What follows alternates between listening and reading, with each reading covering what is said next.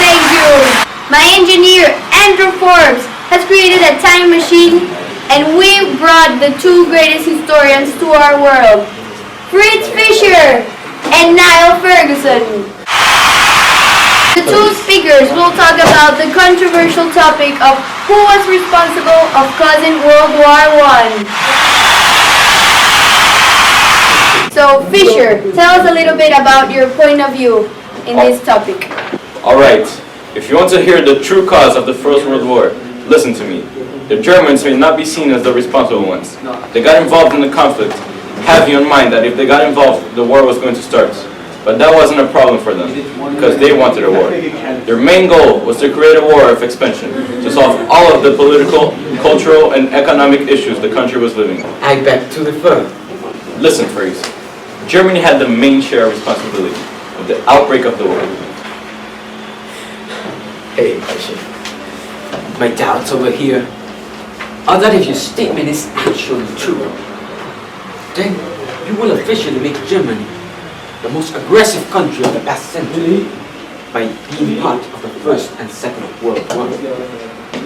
What doesn't fit to me here? Why are you attacking your own country? Why do you hate it so much? I don't hate my country. I even work for them. Don't talk about things you don't know. When the First World War ended, I had all the documents of the Germans in my hands. I read all the plans of my country and their selfishness and their involvement in World War I. During this war, Germany developed a set of annexationist war aims that are similar to those of Hitler. When I read this, all of my love towards this country fell on the ground. Guys! You said that you had to make these elections public because they were really important. They were. Why didn't you do it immediately? Not 50 years later. This seems odd, right? Well, it is. And you may know about it.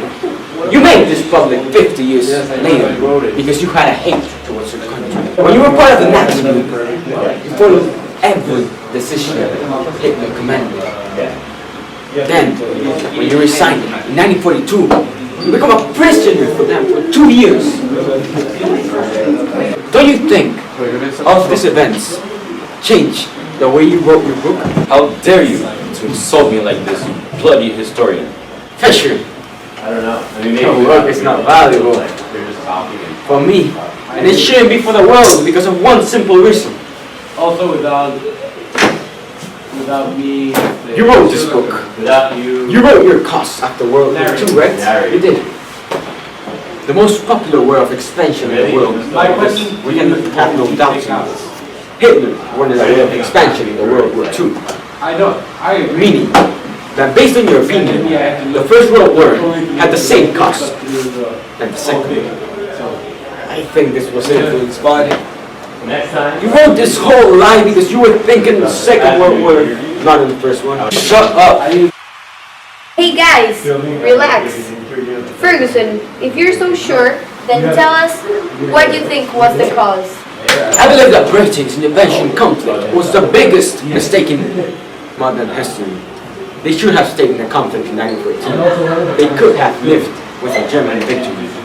Given all the resources that we had in 1914, a better strategy would have been to wait and deal with the Germans later, when we could have taken advantage of our greater naval and financial capacity. We need to think about all the people that suffered fighting for a country like my grandfather. If I'm not wrong, you wrote your 542-page book in only 5 months. I think that's a lot of information for a short time, huh? It is, but get your facts straight. I had a team of research assistants. Oh, I know that. I've worked with researchers, but I don't like them because of one reason. And I think this is the cause of your failure in your ideology of your team. You basically got information from other people and synthesized your own words. You're wrong. If you let me continue, in the introduction of your book, The Pity of War, you state that the death of both of your grandparents was the inspiration to write your book. Both of these died on the First World War. You know how vulnerable UK was against the Germans in the war. Quoting your book, you felt pity towards your grandparents and all of their sons and grandsons who suffered because of the death. Don't you dare to talk about my grandparents. You also state that you read and liked the book, The First World War of 1963.